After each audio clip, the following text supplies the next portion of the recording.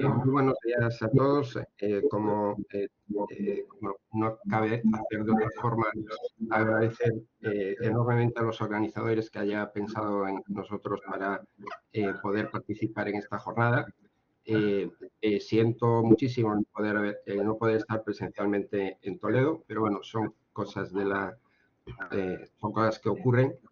Y bueno, he cambiado ligeramente el título y básicamente lo que voy a intentar hacer dentro del tiempo,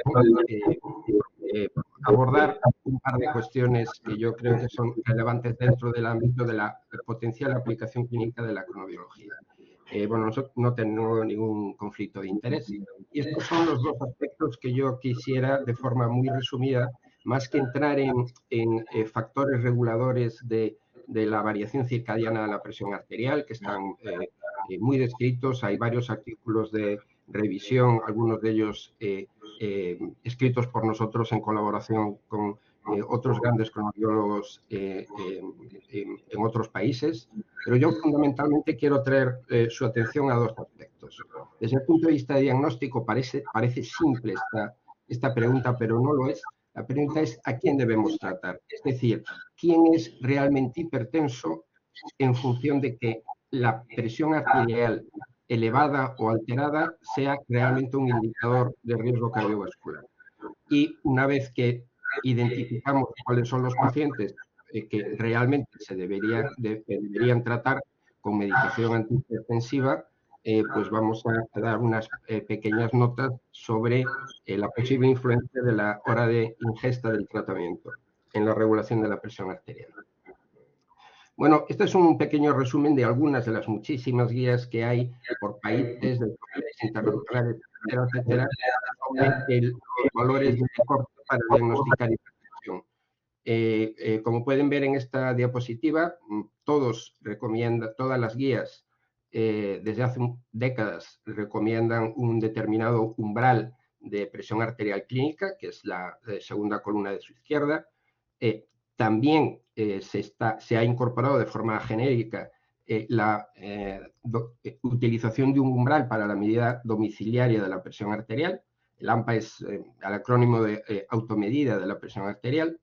Y con respecto a la mapa, bueno, pues con respecto a la mapa, como pueden ver ahí que hay muchos huecos, básicamente eso es una indicación visual de que no hay ni ha habido nunca un consenso claro sobre qué hacer con un registro de monitorización ambulatoria de la presión arterial, que es lo que nos permite básicamente de forma no invasiva evaluar cuál es el perfil de presión arterial a lo largo de las 24 horas y sobre todo desde el punto de vista de la sincronización con el ciclo de actividad y descanso, puesto que es uno de los marcadores exógenos fundamentales en la regulación de toda la función adrenérgica.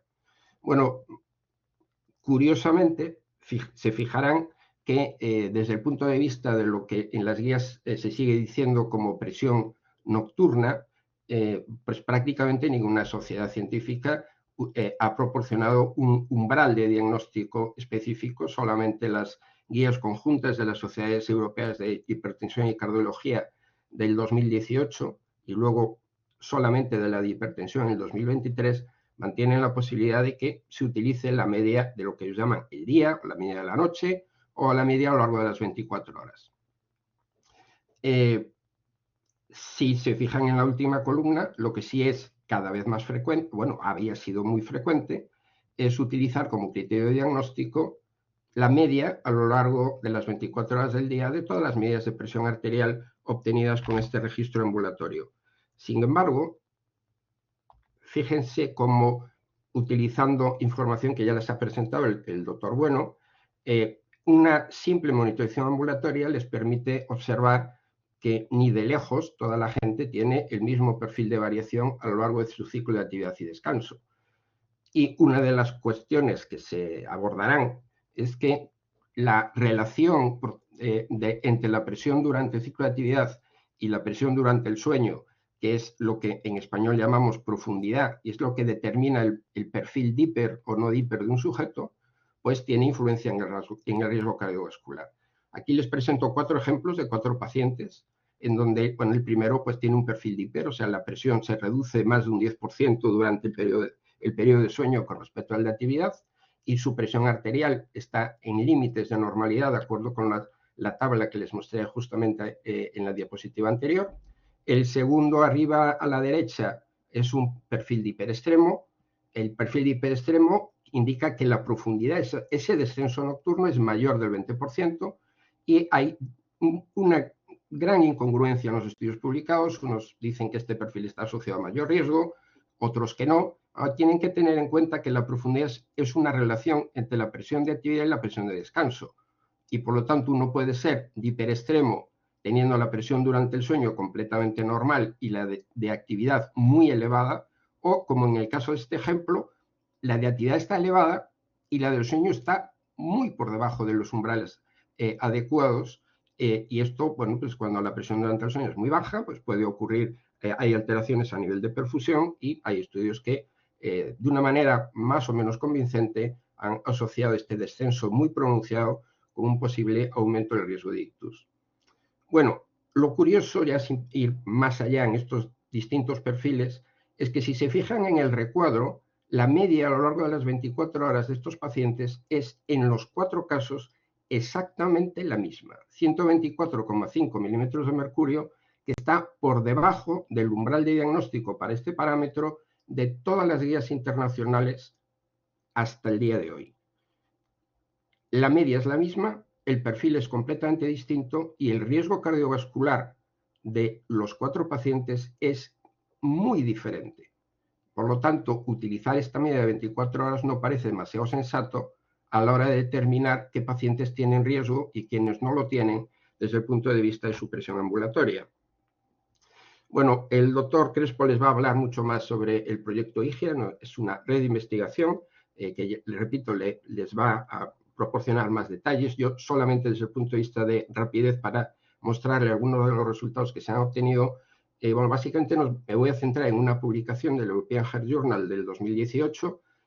Hasta ese momento se habían reclutado cerca de 22.000 pacientes. En este momento la red, que ya ha cerrado algunos de sus estudios a nivel prospectivo, ha reclutado más de 35.000. Y la información que yo les voy a enseñar está basado exclusivamente en la primera mapa de 48 horas, que es el requisito que tiene esta red para funcionar,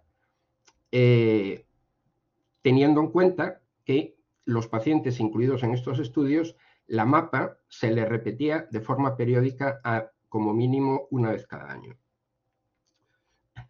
Bueno, los eventos principales a los que me voy a referir de forma conjunta es muerte cardiovascular, infarto, revascularización coronaria, insuficiencia cardíaca o ictus hemorrágico isquémico. Y si hacemos un análisis de supervivencia después de más de 6 años en promedio de seguimiento de estos pacientes, observamos que la presión arterial per se mida como se mida. La primera en la lista, esto se refiere solamente a presión sistólica, por simplicidad.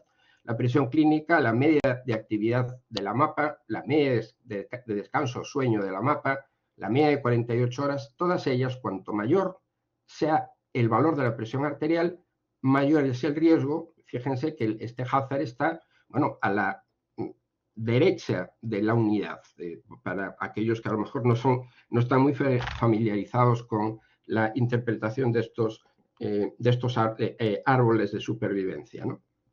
La profundidad, que es el quinto parámetro, está al otro lado del eje. Básicamente lo que indica es que cuanto mayor es la profundidad, menor es el riesgo.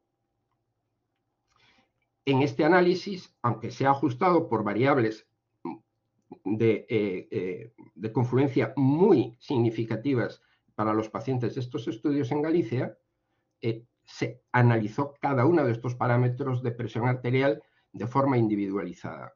Sin embargo, nosotros fuimos un paso más allá y lo que hicimos fue incluir en el análisis de cualquier parámetro de mapa, incluida la presión clínica, incluimos también el valor de la media de la presión sistólica durante el sueño. Y esto es lo que ocurre en ese caso. Como ven, en cada uno de los análisis, la variable de referencia, presión clínica, media de actividad, media de 48 horas, etcétera, etcétera, todas ellas pasan a no tener relación significativa con el riesgo cardiovascular, mientras que la medida de descanso la mantiene siempre prácticamente idéntica en el mismo rango, con independencia de con qué otro parámetro se evalúe. Bueno, voy a tratar de explicarles esto de una forma un poquito más visual. Veamos estos 4 perfiles. Estos 4 perfiles no dejan de ser un ejemplo de una distribución de pacientes de forma exclusiva a los que se le hace una monitorización ambulatoria. Cualquiera de ustedes ahora en la audiencia, si se les hace una monitorización ambulatoria, inequívocamente van a estar en una de estas 4 cajas. En la primera, tanto la media durante el ciclo de actividad como durante el sueño son normales. En la de la derecha arriba, en actividad, la presión está elevada, en el descanso no. En la primera izquierda abajo, la actividad indica normotensión, sin embargo, la presión está elevada durante el sueño, es un perfil típicamente no hiper. Y en la última, la presión está elevada siempre, a lo largo de las 24 horas. Tanto la media de actividad como la de descanso están elevadas. Vamos a ver el riesgo de cada una de estas cajas comparativas. Bueno, todas las guías que les mencionaba en la tabla indican que este perfil, en donde la presión es normal, pues es normotensión. No quiere decir que nadie vaya a tener un evento cardiovascular. Lo tienen, pocos, pero los hay, y es digamos, el grupo a nivel comparativo que vamos a utilizar como de riesgo basal, ¿vale? El segundo grupo es este. La presión arterial está elevada solo durante el ciclo de actividad. Todas las guías, sin excepción, nos dicen que este sujeto es hipertenso y que necesita tratamiento. Pero su riesgo cardiovascular no es mayor que el anterior. De hecho, tiende a ser menor. ¿Por qué? Pues porque si la presión está más elevada durante el ciclo de actividad y no durante el sueño, este paciente suele tener más profundidad que el normotenso siempre. Vamos a ver este. En este, solo la presión durante el descanso está elevada. Bueno, estos pacientes, si no se les hace mapa, son absolutamente indistinguibles. La elevación de la presión durante el sueño o un perfil no de hiper o riser es la causa más prominente de la hipertensión enmascarada, es decir, sujetos que en la clínica no se pueden detectar como hipertensos, pero sí lo son. Y su riesgo cardiovascular es un 80% más elevado que cualquiera de los otros 2 grupos.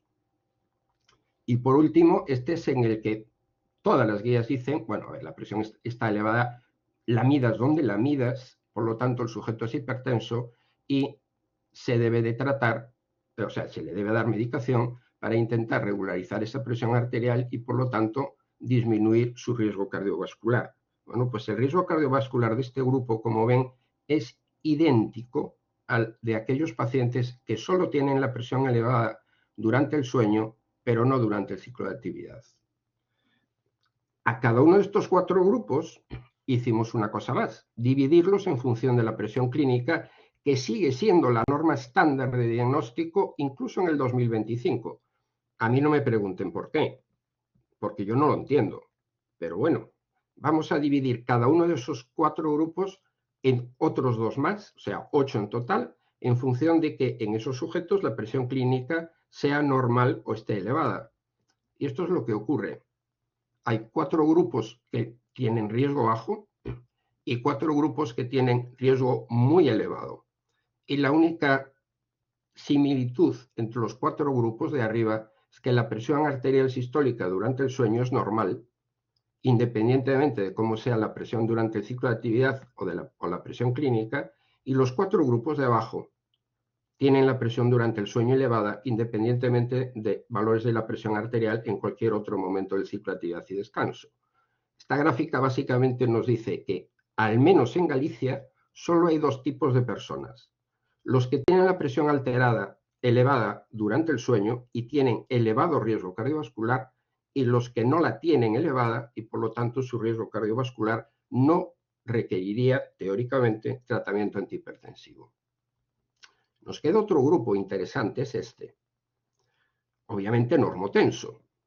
Pero fíjense que no es igual que el primero de referencia. Este es un sujeto que es normotenso, pero su descenso de presión arterial durante el sueño no es excesivamente grande, es decir, es un típico no diper.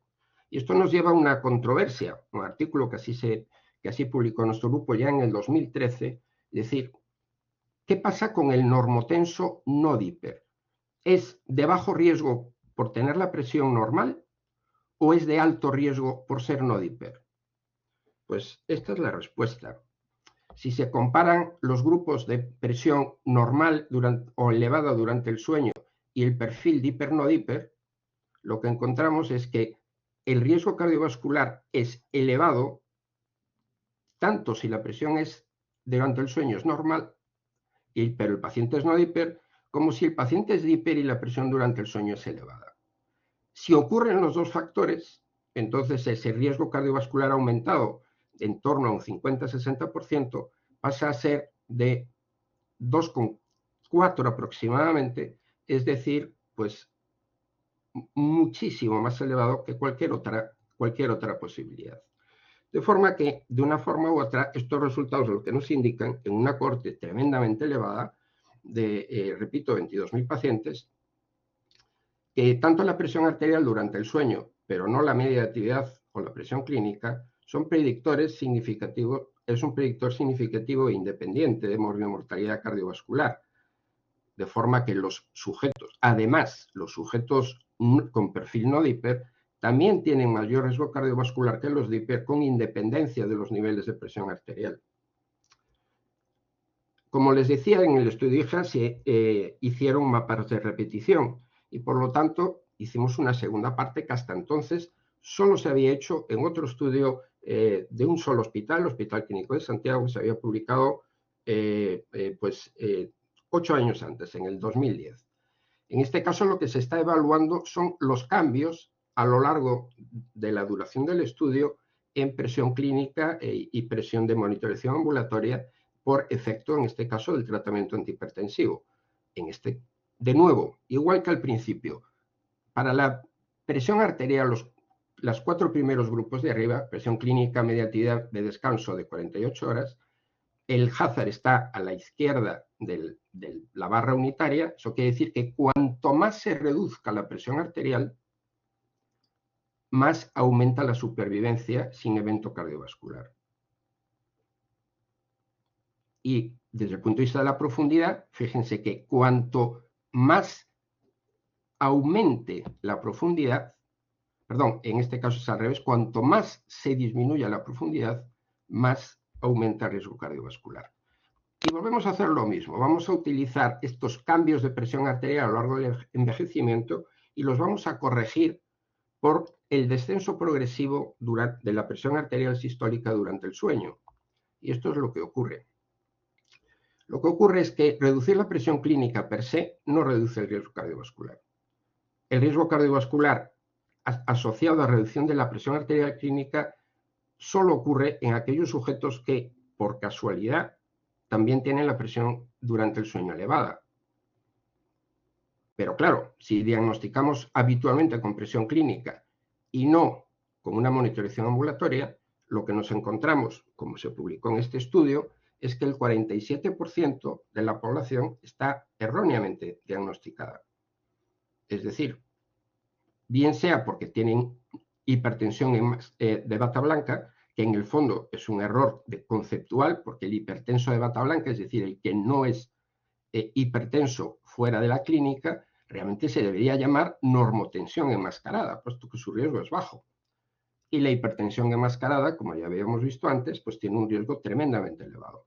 De forma que medir la presión en la clínica, y esto fue una idea de los médicos de atención primaria trabajando en este estudio, 290, para ser exactos, pues es que medir la presión arterial en la clínica para saber si uno tiene riesgo cardiovascular elevado o no, que debería ser el concepto, entre comillas, de hipertensión, es equivalente a tirar una moneda al aire. Si sale cara es hipertenso, si sale cruz no lo es.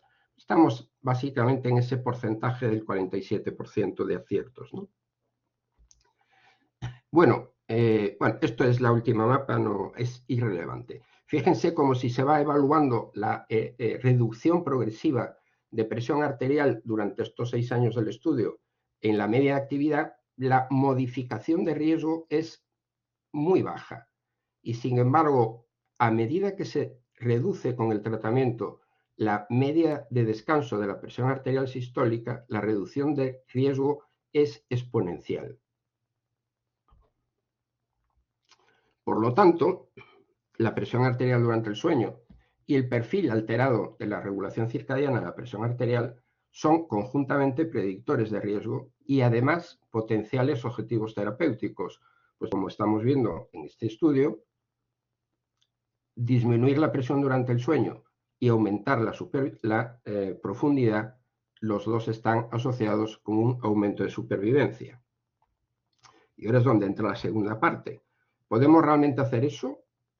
Bueno, pues vamos a ver lo que nos dice la literatura con respecto a estudios de eficacia. Son estudios de pequeña duración, 3 meses, 6 meses habitualmente, en donde se aleatoriza a pacientes hipertensos a tomar la medicación a dos horas diferentes del ciclo de actividad del día y se evalúa pues qué efectos tiene tomar el fármaco a una hora y a otra.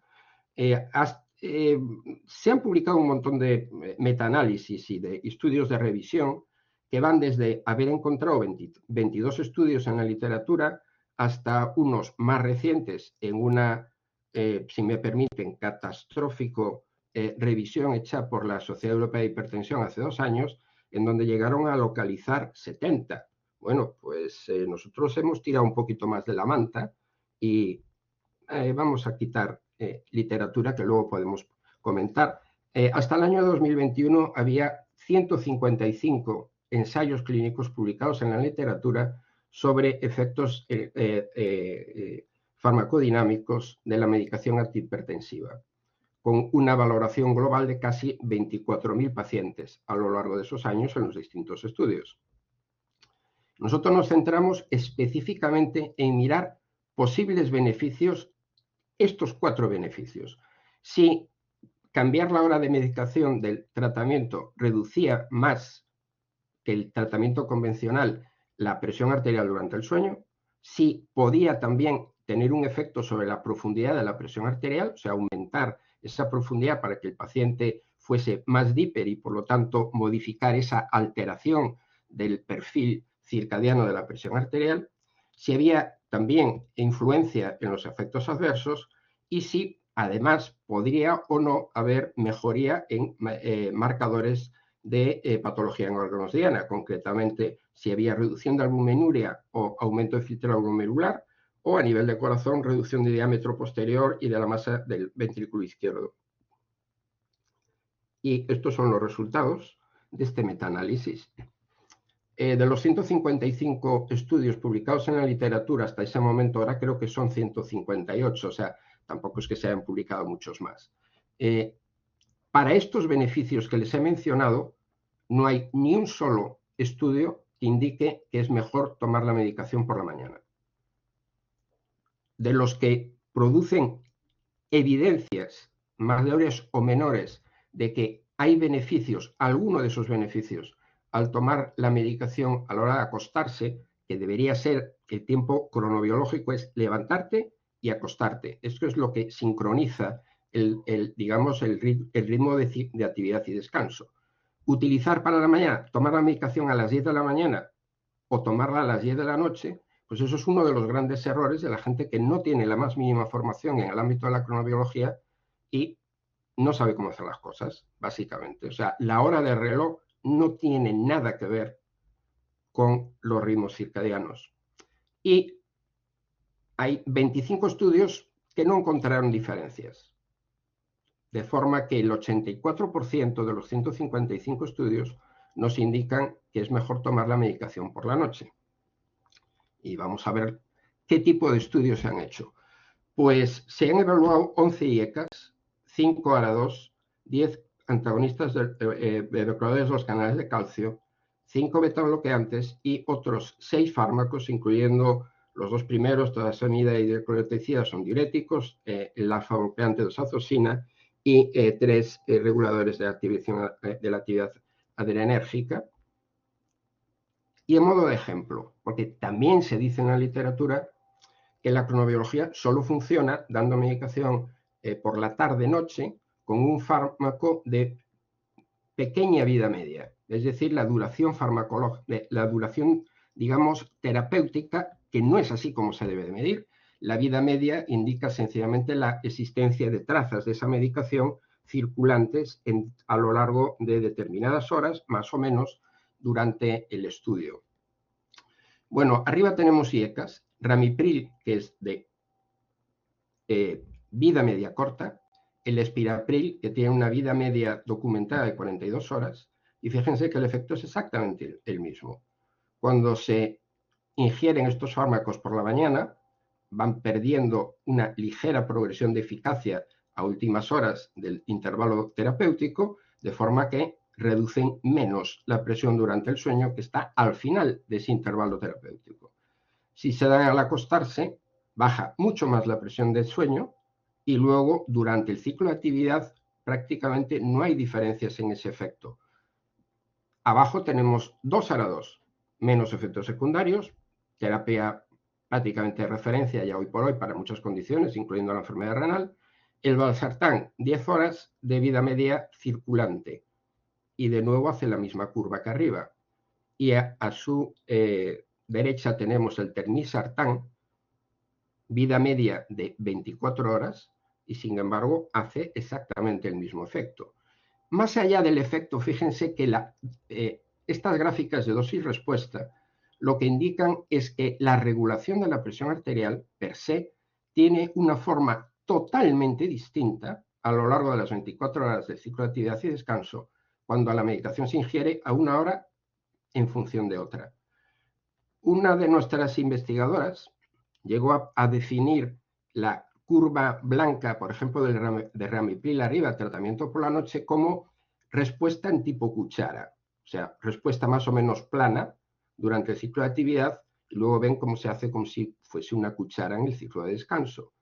Eso es totalmente opuesto a la regulación prácticamente constante que tienen los ARA2 a lo largo de las 24 horas del día. Claro, si como recomiendan las guías actuales para reducir el riesgo cardiovascular, o sea, para tratar la hipertensión o incluso para reducir la presión elevada solo durante la noche, esta recomendación se ha publicado antes de ayer en un artículo de posición de la Sociedad Europea de Hipertensión. La recomendación es tomar un fármaco de larga vida media, por ejemplo, la gráfica de abajo izquierda, derecha, telmisartán, a primera hora de la mañana. De esa forma, se hace una reducción homogénea de la presión arterial a lo largo de las 24 horas. Y mi pregunta es a ustedes, si yo tengo un paciente Reiser en donde la presión es más elevada durante el sueño que durante el ciclo de actividad y le doy un fármaco de respuesta constante a lo largo de las 24 horas del día, la presión le bajará 10 milímetros de mercurio, pero ¿y su perfil circadiano? Va a seguir siendo Reiser.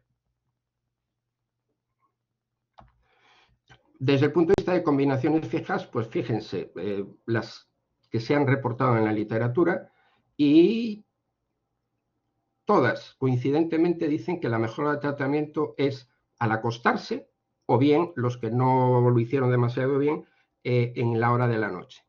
Esto es un ejemplo de una combinación fija de alnodipino y valsartán. Este es otro ejemplo de otra combinación, valsartán con hidrocloroticida. Y estos son los efectos reportados.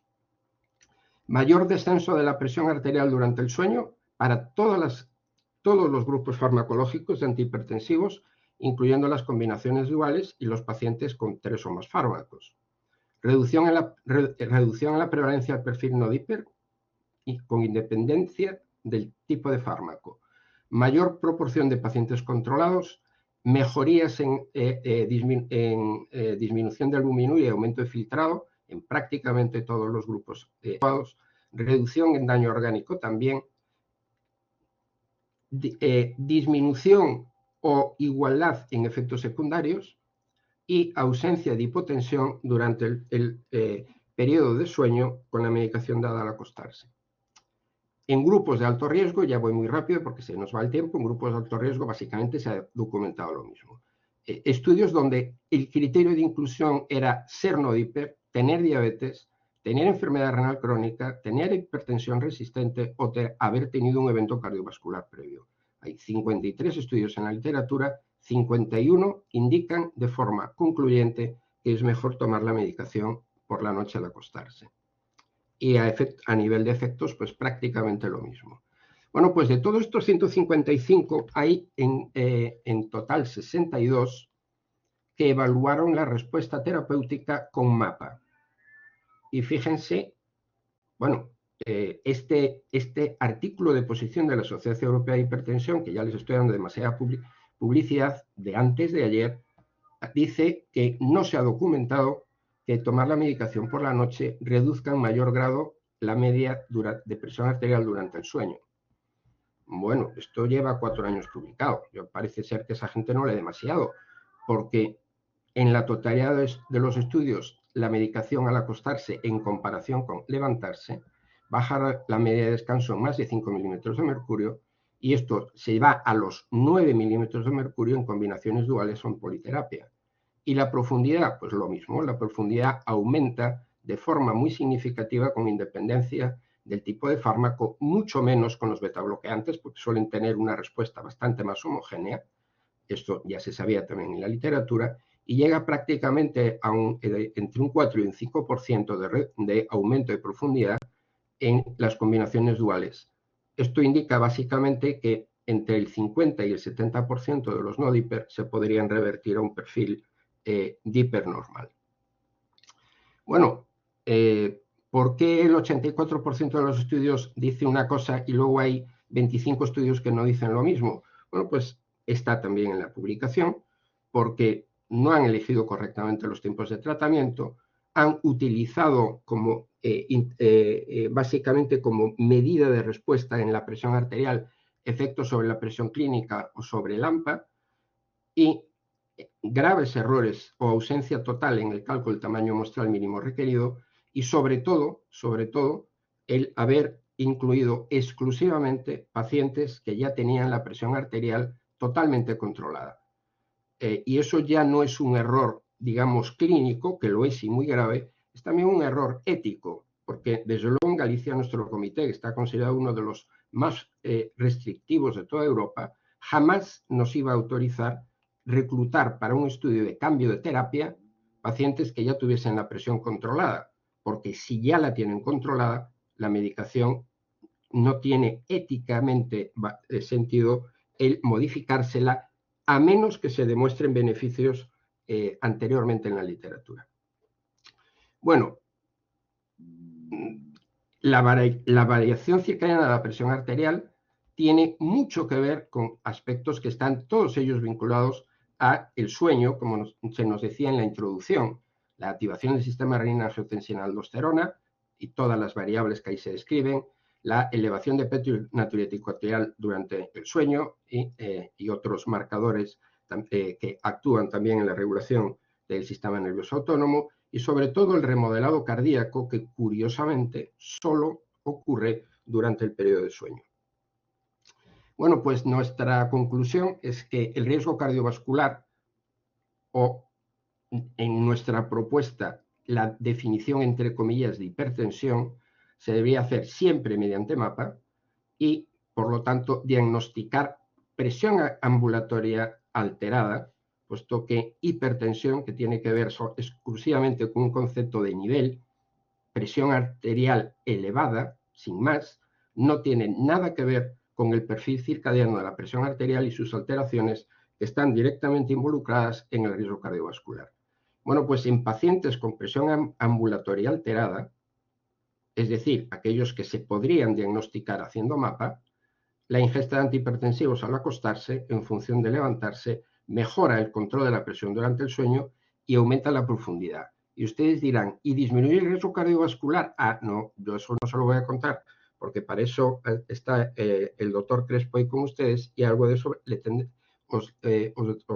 comentará pues, después del café. Y esto la ventaja de estar en casa. A ver, estar enfermo no es ninguna ventaja, pero estar en casa sí. Y esto va por Juan Antonio Madrid. Esta es una foto tomada en el 2012 en Minneapolis, en donde están de pie a la izquierda el Dr. House, que fallecería al año siguiente, exactamente una semana después del fallecimiento de Halber. Los dos trabajaban en Austria durante la Segunda Guerra Mundial y a los dos, bueno, los americanos se llevaban a Halber primero y Halber pidió que llevasen también a House, con lo cual estuvieron trabajando, bueno, uno en San Paul, otro en Minneapolis, pero durante muchísimos años. A la derecha está Michael Smolensky, el editor jefe durante muchos años y uno de los fundadores de Chronobiology International, una de las personas que más sabe de este tema y que todavía, gracias a Dios, está vivo. Y doy fe porque seguimos trabajando juntos y hablamos pues prácticamente 3 o 4 días a la semana. Los dos de abajo, bueno, pues uno, el gordo, soy yo y la no tanto es mi esposa, la doctora Ayala. Entre otras cosas, lo que hizo la doctora Ayala fue documentar por primera vez a finales de los 90 que la ingesta de aspirina a baja dosis, comenzando antes de la semana 16 y tomándola antes de acostarse, reducía el riesgo de preeclampsia en cerca de un 80%. Hasta el 2018, eso no se tuvo en cuenta, pero desde el 2018 hasta hoy, todas las guías obstétricas publicadas, sin excepción, citan su trabajo y recomiendan la ingesta de 100 a 150 miligramos de aspirina al acostarse, empezando antes de la semana 16. La primera guía se publicó en julio de 2018 diciendo eso y desafortunadamente ella no lo vio porque falleció 2 meses antes. Tenemos después a Iván Tuitú, uno de los grandes colaboradores del Dr. Reinberg, los dos con Michael, editores de Chronobiology International. Vamos, en fin, un grupo de amigos, y como decía mi padre, más vale tener amigos hasta en el infierno, no vaya a ser el caso. Bueno, pues esta gente son la que, junto con Halber, a mí me enseñaron lo poco que sé de cronobiología. Muchas gracias.